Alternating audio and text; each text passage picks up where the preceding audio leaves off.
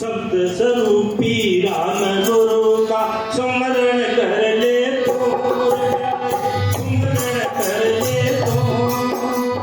सतगुरु है सूर्य तेरा ज्ञान कर ले तो। शब्द स्वरूपी राम गुरु का सुमरण कर ले तो, ओ प्यारे सुमरण कर ले तो।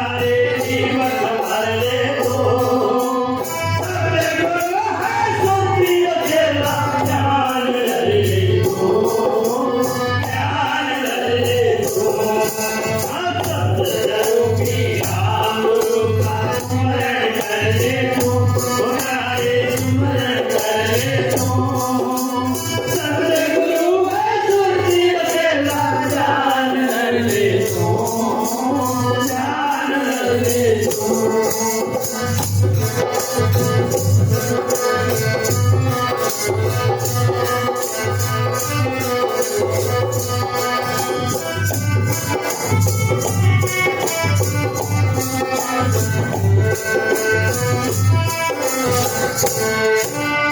महिमा लाले उस सतगुर की, उस सतगुर की महिमा लाले उस सतगुर की, उस सतगुर की जिसने अकेली पकड़ सी हर की, पकड़ सी हर की जिसने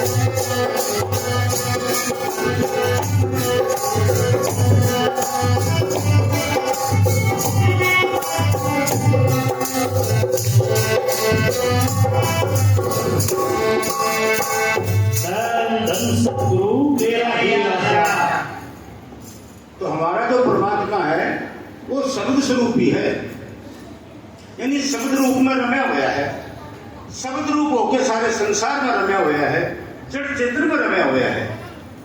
एक जगह लिखा है कि शब्द स्वरूपी सद्गुरु का नए आदि नए अंत काया परमात्मा के इस काया के अंदर दर्शन हो सकते हैं, बाहर दर्शन नहीं हो सकते।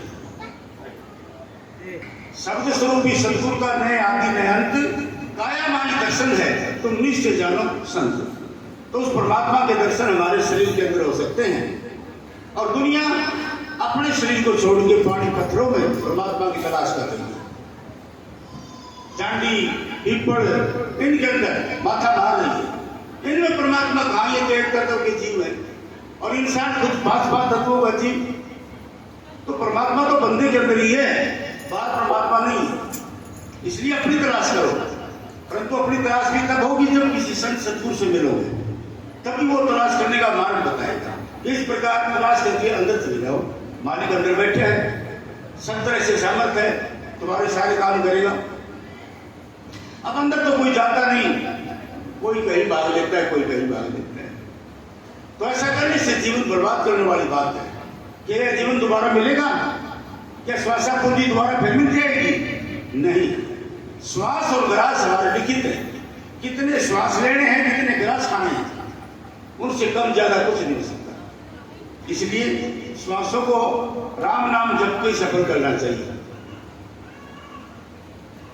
सिकंदर राजा था और जिसने उसके पास बड़ा अपार धन था, बड़ी अपार सेना थी। उसने सोचा कि मैं सारे संसार पर राज करूं, तो उसने युद्ध शुरू कर दी।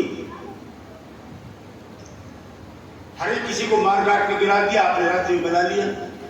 अब ऐसे करते करते वो रेगिस्तान के इलाके में चला गया। तो उसने एक दिन अपने विद्वानों से पूछा था कि ये बताओ मेरी मौत कब आएगी। तो विद्वानों ने जंतरी पंतरी देख करके बताया था, महाराज आपकी मौत उस वक्त होगी जब लोहे की धरती बन जाएगी, सोने का आकाश, तब आपकी मृत्यु आएगी। तो राजा सिकंदर ने सोचा कि ऐसा क्या हो सकता है, लोहे की धरती बने और फिर सोने का आकाश बने, इतना ममरून को नहीं, इतना तो मैं जोड़ता हूं सो कर लूंगा। अब वो रेगिस्तान के इलाके में गया हुआ था। आगे राजा है, पीछे वजीर है, पीछे सेना आ रही है, साथ ही उसके बैद हकीम भी आ रहे हैं। राजा वजीर से कहता है, वजीर यार कुछ दिल घबराता है, मेरे को किसी दरख्त के नीचे ले चल या मेरे को थोड़ा मोटा पानी पिला, मैं आराम करूंगा, मेरा मन बहुत घबराया हुआ है, ऐसे घबराया हुआ है कि जैसे मरूंगा, मौत आएगी। महाराज इस तरह किस तरह मरेगा, लोह की धरती बनेगी, सोने का आकाश बनेगा, मुझे मरना पड़ेगा। बोला ना भाई, कुछ और ही बात हो रही है। तो बोला देखने लग रहे हो ना, ना दूर दूर तक ना कोई दरख्त है, ना कोई नदी नाला है, आपको कहाँ ले चलूं, और आगे बढ़ो, शायद हो सकता है दरख्त मिल जाए रास्ते पर, वहां बैठ के आराम करेंगे। और आगे बढ़े। राजा ने फिर पुकार करी, वजीर मैं घोड़े से नीचे गिरने वाला हूं और संभालेगा तो संभाले। इतनी कहते ही राजन घोड़े से नीचे गिर पड़ा। वजीर ने उसको सामया उठा करके एक टीले के ऊपर ले गया। इतना ने सेना आ गई, बैद हकीम जो थे वो भी आ गए। बोला क्या हुआ राजा को? बोला नू कर मरूंगा। बोले नू क्यों मरेगा, ना तो सोने का आकाश बन गया, ना लोह की धरती बन ली, विद्वानों का अनुमान था ऐसे करने से मृत्यु आएगी। बोला वजीर एक काम करता हूँ। बोला क्या महाराज? बोले सारी सेना में पूछ गया, मन ने कोई इतने सांस दे दे कि मैं उनसे मैं अपने घर पहुंच जाऊँ, उल्टा घर पहुंच जाऊँ, अपनी माँ से मिल लूँ, बाबू से मिल लूँ, घराड़े से मिल लूँ, बाल बच्चा से मिल लूँ, परिवार से मिल लूँ, मैं इसको इतना धन दूंगा उसको। अब वजीर सारी सेना में घूमा, लेकिन पूर्ण देव सांस का देने की चीज है क्या? राजा को श्वास नहीं दिए, श्वास दिए नहीं जा सकते। तो वजीर आके कहने लगा, महाराज किसी भी कीमत पर एक सांस के जमीन पर पा रहा है। बोले यार मैं आधा राज दे दूंगा। बोले साहब तो सारा दे दे। अरे बोला मैं सारा दे दूंगा राज, मैंने इतने सांस कोई दे दे, मैं घर पूछ जाऊंगा, अपनी बाल बच्चा से मिल लूं, परिवार से मिल लूं, और मैं तो रोटी मांग के खा लूंगा। अब बेचारा वजीर एक बार फिर गया, लेकिन कौन दे सके? मैंने कहा महाराज चाहे कुछ करे लोट पोट हो जा, लेकिन सांस को नहीं मिलने लग गया। बोला अच्छा ही, अगर मुझे पता होता कि श्वास इतने कीमती है तो इन श्वासों को इस प्रकार बर्बाद ना कर। अब वजीर ने सोचा कि राजा धूप में बैठे हैं, कुछ कर दो इसके लिए। वजीर का कवच था जो लोहे का था, यानी 40 तहें रेशम की उसके अंदर लगी हुई थी, ऊपर लोह का कवच था, वो उन्होंने उतार के जमीन पर फैला दिया। महाराज इस कवच पर लेट जाओ। राजा कवच पर लेट गया, मुंह के ऊपर सोने की जो डाल थी वह उसको मुंह पकड़ दी, मुंह को छाया हुआ। राजा लेटे हुआ था, लेटे लेटे ख्याल आया कि विद्वानों का अनुमान था कि मृत्यु उस समय आएगी जब सोने का आकाश बनेगी, धरती बढ़ेगी। ऐसा तो हो नहीं सकता, जो वजीर ने अभी काम किया है शायद वही हो सकता है।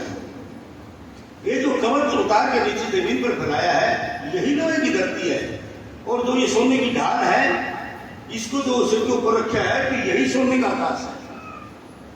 राजा कहने लगा वजीर ना महाराज मेरी मृत्यु निश्चित हो गई है। बोला जी कैसे? बोला क्या बना दी, बना दी। बोला जी किस तरह? जो विद्वानों का मत था ना, अनुमान था कि लोग की धरती होगी, सोने का आकाश होगा। ऐसा हो नहीं सकता। ये जो कवच उतार के जमीन पर फैलाया है, मेरी मृत्यु की निशानी, यही लोहे की धरती।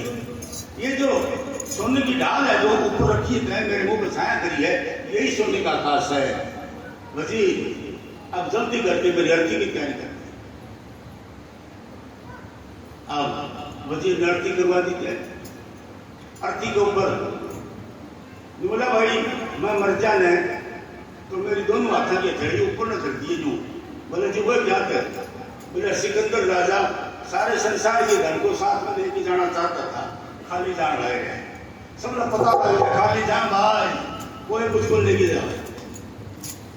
इतनी कह के प्राण त्याग खेले गया। तो ये श्वास बड़े कीमती हैं और ये परमात्मा की भजन बंदगी करने के लिए मिले हुए हैं। सोच लो तुम, 24,000 श्वास रोजाना के बारे खत्म होते हैं। किसी भी श्वास को हम सफल नहीं करते। किसी भी श्वास में राम नाम का नारा नहीं बोलते या धन धन सतगुरु नहीं बोलते, क्या फायदा? ये श्वास व्यर्थ जा रहे हैं। इन श्वासों से आत्मा राम नाम जपने के लिए गए थे। सतगुरु ने दया करके काल के देश से ये शरीर दिलवाया था कि शायद इस शरीर में आत्मा सतगुरु से उपदेश लेके नाम की कमाई करके मेरे पास आ जाएगी। सो इसने कुछ नहीं किया। तो हमको चाहिए सत्संग के अंदर सीख के जाएं कुछ और घर जाकर उस पर चलना शुरू करें, अमल करें, अभ्यास करें, नाम के साथ जुड़े। बगैर नाम की कमाई के किसी भी आत्मा का उद्धार नहीं है। तो हमारा शब्द गुरु है, सुरत चेला है। शब्द गुरु सुरती धुन चेला है। कोई बख्शा हुआ फकीर मिले करा दे दोनों का मिलना, सुरत और शब्द का।